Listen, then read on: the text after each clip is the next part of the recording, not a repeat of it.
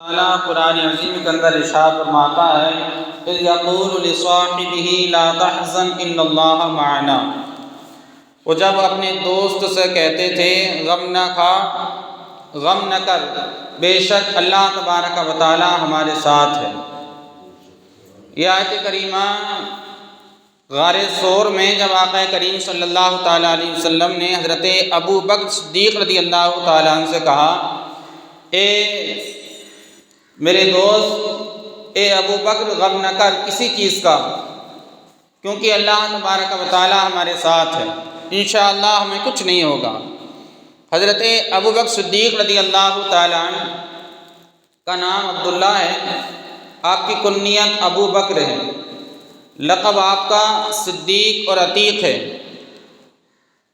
والد محترم کا نام حضرت ابو قحافہ رضی اللہ تعالیٰ عنہ، والدہ محترمہ کا نام ام سلمہ رضی اللہ تعالیٰ عنہ، ام الخیر رضی اللہ تعالیٰ عنہ۔ آپ حضرت ابو بکر صدیق رضی اللہ تعالیٰ عنہ آقا کریم صلی اللہ تعالیٰ علیہ وسلم کے سب سے پہلے خلیفہ تھے، جس کے بارے میں بے شمار قرآن عظیم کے اندر آیتیں موجود ہیں۔ احادیث کریمہ کا آپ مطالعہ کریں گے تو شان ابو بکر صدیق رضی اللہ تعالیٰ عنہ بے شمار حدیثیں حضرت ابو بکر صدیق رضی اللہ تعالیٰ عنہ میں نازل ہوئی۔ آقا کریم صلی اللہ تعالیٰ علیہ وسلم نے حضرت ابو بکر صدیق رضی اللہ تعالیٰ عنہ کی شان بیان فرمائی۔ ایک جگہ پر اللہ کریم ارشاد فرماتا ہے وَسَيُجَنَّبُهَا الْأَتْقَى الَّذِي يُؤْتِي مَالَهُ يَتَزَكَّى وَمَا لِأَحَدٍ عِندَهُ مِن نِّعْمَةٍ تُجْزَى إِلَّا ابْتِغَاءَ وَجْهِ رَبِّهِ الْأَعْلَى۔ اس کا شان نزول کیا ہے؟ حضرت بلال رضی اللہ تعالیٰ عنہ کو جب زیادہ ستایا گیا تو حضرت ابو بکر صدیق رضی اللہ تعالیٰ عنہ نے کثیر رقم دے کر کے ان کو خریدا اور آزاد کر دیا۔ لوگوں نے یہ کہنا شروع کر دیا کہ صدیق اکبر رضی اللہ تعالیٰ عنہ پہ حضرت بلال کا کوئی احسان ہوگا، اسی لیے حضرت ابو بکر صدیق رضی اللہ تعالیٰ عنہ نے اتنی بڑی رقم سے حضرت بلال رضی اللہ تعالیٰ عنہ کو خریدا۔ اللہ نے قرآن میں ارشاد فرمایا وَسَيُجَنَّبُهَا الْأَتْقَى الَّذِي يُؤْتِي مَالَهُ يَتَزَكَّى، یعنی وہ دوزخ سے بہت دور رہیں گے۔ اللہ تبارک و تعالیٰ کی راہ میں جو مال خرچ کرتے ہیں تاکہ ستھرا ہو جائے اور صرف اللہ کو راضی کرنے کے لیے مال خرچ کرتے ہیں، ان پر کسی کا کوئی احسان نہیں ہے۔ اللہ تبارک و تعالیٰ قرآن عظیم کے اندر ارشاد فرما رہا ہے اس آیت کریمہ میں صاف صاف کہ حضرت ابو بکر صدیق رضی اللہ تعالیٰ عنہ پہ حضرت بلال رضی اللہ تعالیٰ عنہ کا کوئی احسان نہیں تھا۔ انہوں نے جو مال خرچ کیا اللہ کی راہ میں تو حضرت بلال رضی اللہ تعالیٰ عنہ کو خرید کے آزاد کیا، اس کے علاوہ اور بھی غلاموں کو خرید کر کے ان کی رقم ادا کر کے اللہ کی راہ میں آزاد کر دیا۔ اللہ تبارک و تعالیٰ نے ارشاد فرمایا کہ ان کے اوپر کسی کا کوئی احسان نہیں ہے، صرف اللہ کی رضا کے لیے انہوں نے یہ کام کیا ہے۔ کیا شان ہے صدیق اکبر رضی اللہ تعالیٰ عنہ کی، جس کی شان خود خدائے تبارک و تعالیٰ قرآن عظیم کے اندر بیان فرما رہا ہے۔ ایک جگہ پر کیا ارشاد فرمایا الذین ينفقون اموالهم باللیل والنہار سرا وعلانیۃ فلہم اجرہم عند ربہم ولا خوف علیہم ولا هم یحزنون۔ وہ لوگ جو اپنے مالوں کو خرچ کرتے ہیں، کبھی رات میں خرچ کرتے ہیں، کبھی دن میں خرچ کرتے ہیں، کبھی لوگوں کو دکھا کر کے خرچ کرتے ہیں، لوگوں کے سامنے خرچ کرتے ہیں، کبھی تنہائی میں خرچ کر دیتے ہیں اللہ کی راہ میں، ان کے لیے انعام کیا ہے؟ اللہ ارشاد فرماتا ہے کہ پھر ان کا بدلہ ان کے رب کے پاس ہے اور نہ انہیں کوئی خوف ہے نہ کوئی ڈر ہے۔ اس آیت کریمہ کا شان نزول کیا ہے؟ جب حضرت ابو بکر صدیق رضی اللہ تعالیٰ عنہ نے کلمہ پڑھا، مسلمان ہوئے، تو آپ کے پاس تقریباً 40,000 درہم و دینار تھے۔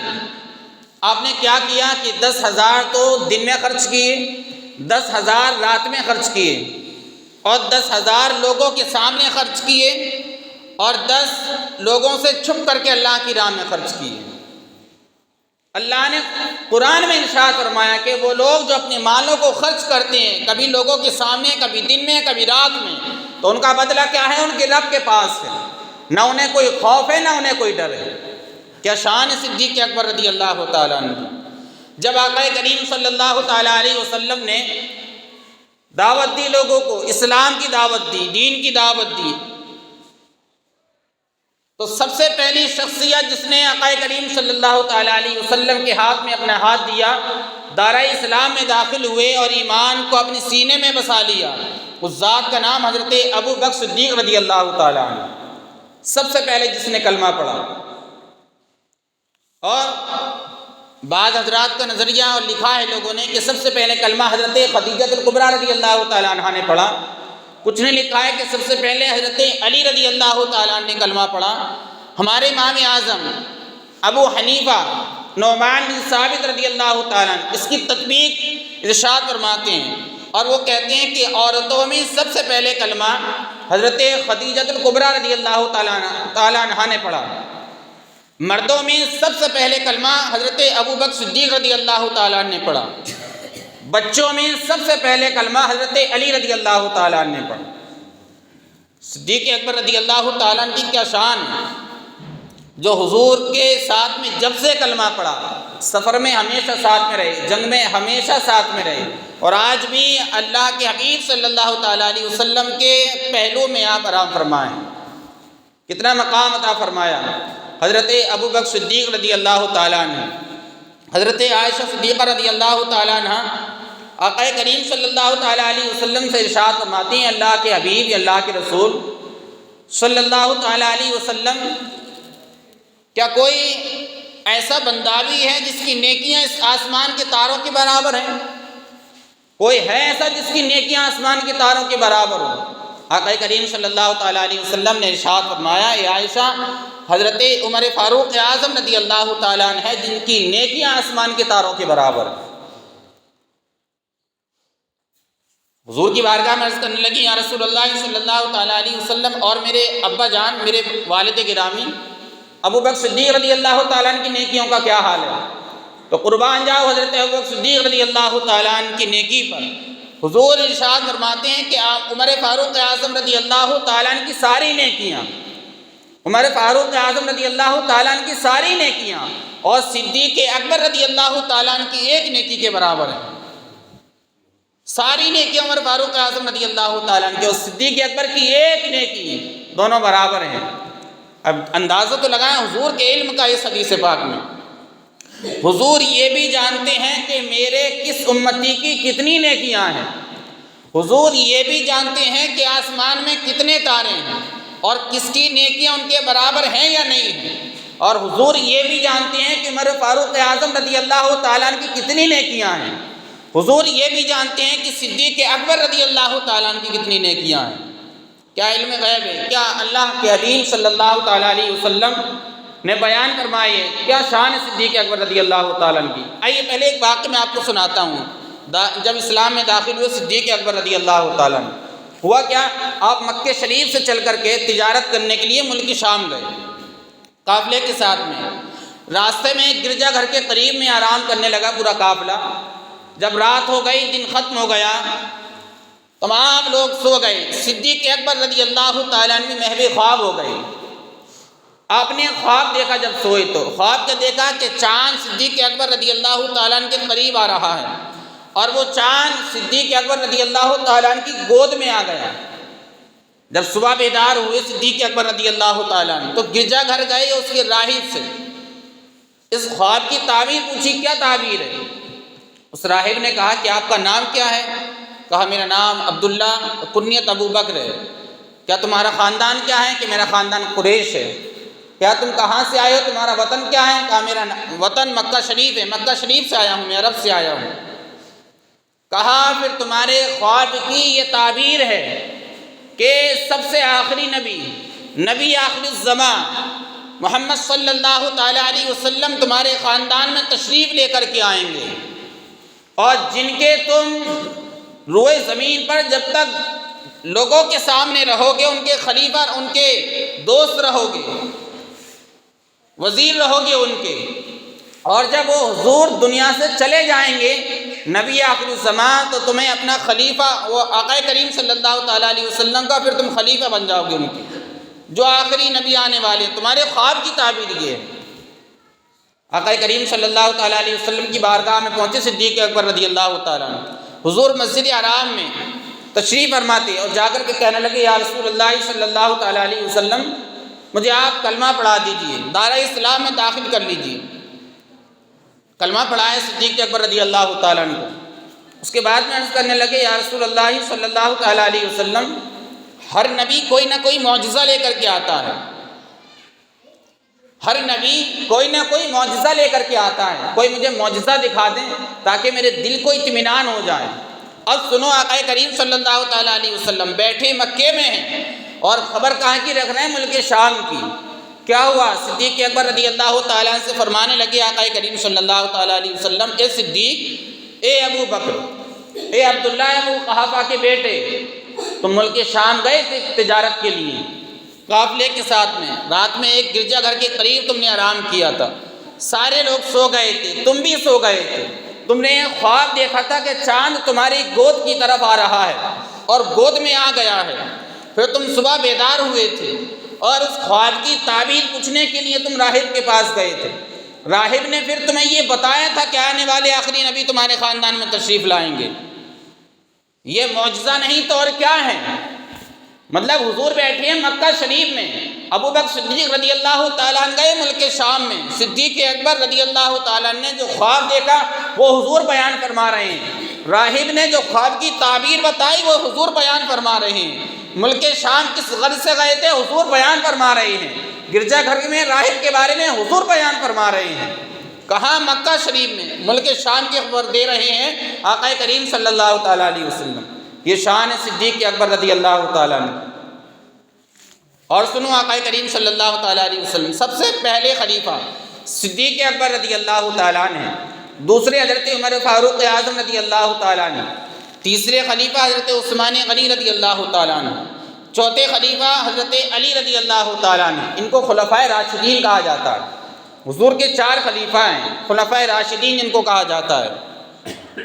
سب سے زیادہ مرتبہ نبیوں کے بعد میں، انبیاء کے بعد میں، پوری دنیا کائنات میں سب سے زیادہ جس کا مرتبہ ہے وہ صدیق اکبر رضی اللہ تعالیٰ عنہ کی ذات ہے۔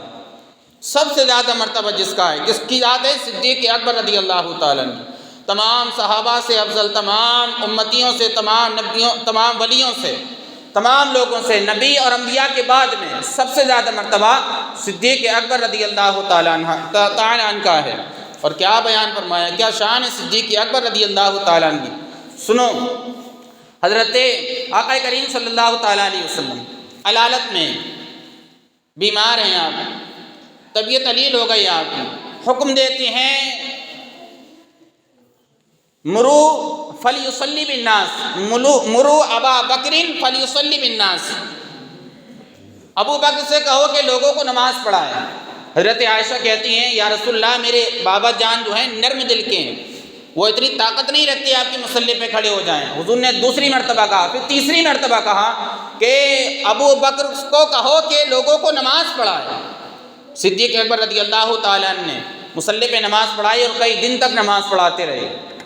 ایک مرتبہ کیا ہوا، آقا کریم صلی اللہ تعالیٰ علیہ وسلم نے حکم دیا صدیق اکبر رضی اللہ تعالیٰ عنہ کو، اے ابو بکر یہ انگوٹھی لے کر کے جاؤ اور نقاش کے پاس لے جاؤ۔ نقاش بولتے ہیں جو اس انگوٹھی کے اوپر لکھتے ہیں، نقشہ بناتے ہیں، کہا اس انگوٹھی کو لے کر کے جاؤ اور لا الہ الا اللہ لکھوا کر کے لے کے آؤ۔ صدیق اکبر رضی اللہ تعالیٰ نے انگوٹھی لی اور نقاش کے پاس پہنچے، کہا اس انگوٹھی پر لا الہ الا اللہ محمد رسول اللہ صلی اللہ تعالیٰ علیہ وسلم اتنا لکھ دیں، لا الہ الا اللہ محمد رسول اللہ۔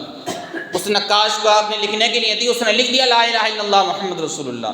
واپس میں صدیق رضی اللہ تعالیٰ نے آئے، حضور کی بارگاہ میں انگوٹھی پیش کی۔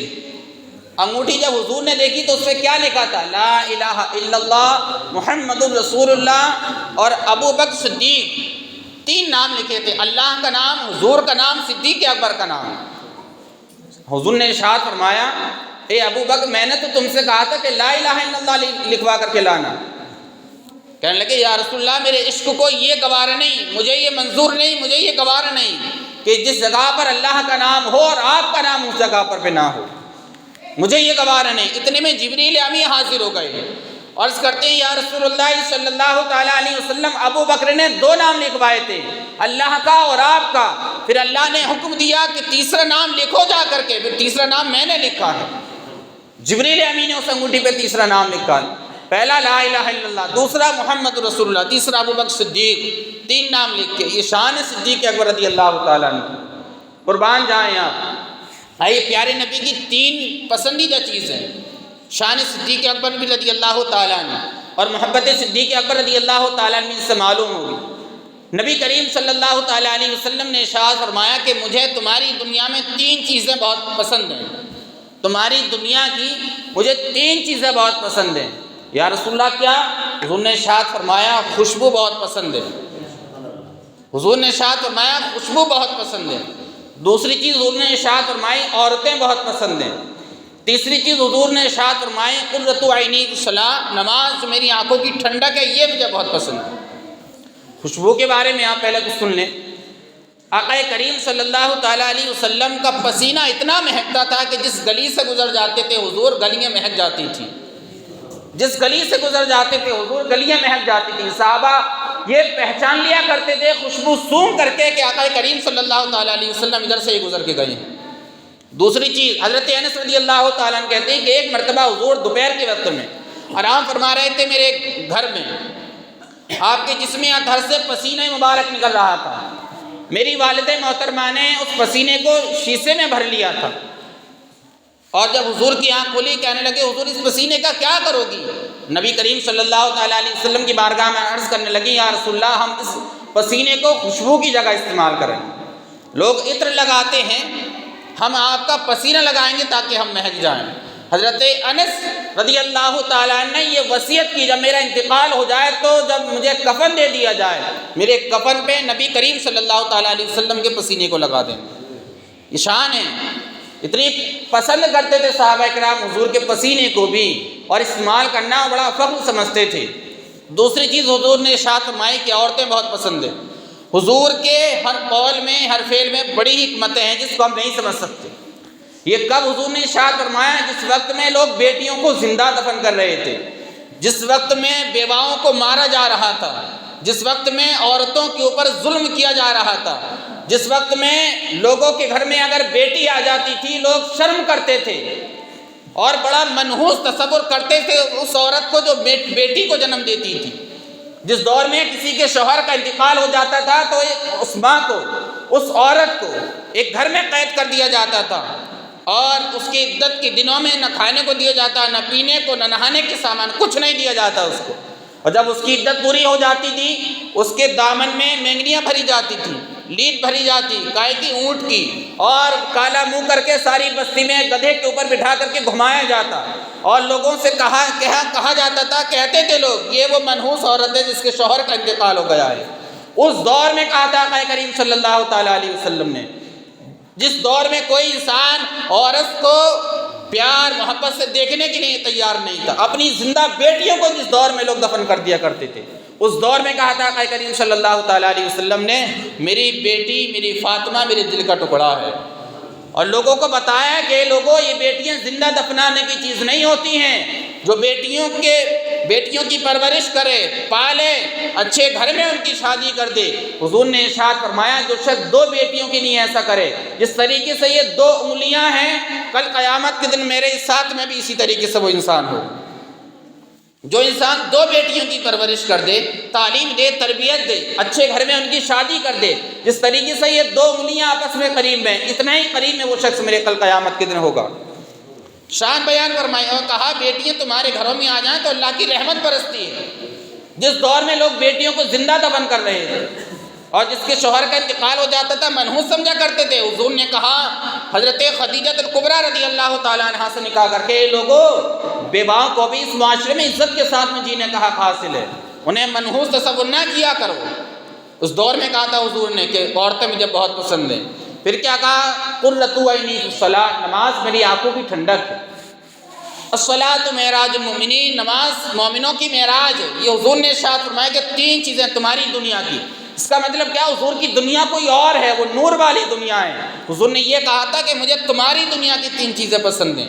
جب یہ بیان فرما دی، صدیق اکبر رضی اللہ تعالیٰ عنہ بول اٹھے، یا رسول اللہ صلی اللہ تعالیٰ علیہ وسلم، مجھے بھی دنیا کی 3 چیزیں بہت پسند ہیں۔ کیا پسند ہے؟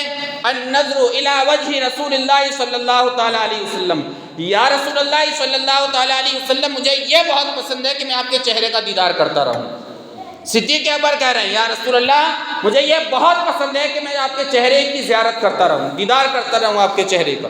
اور دوسری چیز، یا رسول اللہ، مجھے انفاق علی رسول اللہ صلی اللہ تعالیٰ علیہ وسلم، یعنی مال کو خرچ کرنا آپ کے اوپر، یہ مجھے سب سے زیادہ پسند ہے۔